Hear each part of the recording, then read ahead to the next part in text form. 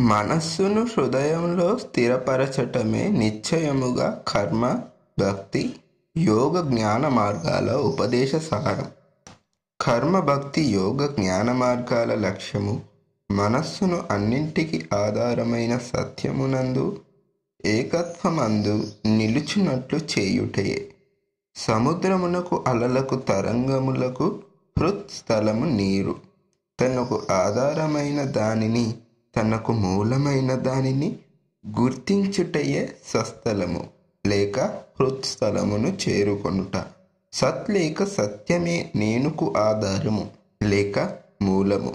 ఈ ఆధారమైన సత్యము లేక ఏకత్వమును గుర్తించుట ద్వారా మనస్సు దానియందు తన ఉనికిని కోల్పోవుటయే హృత్స్థలమును చేరుకొనుట.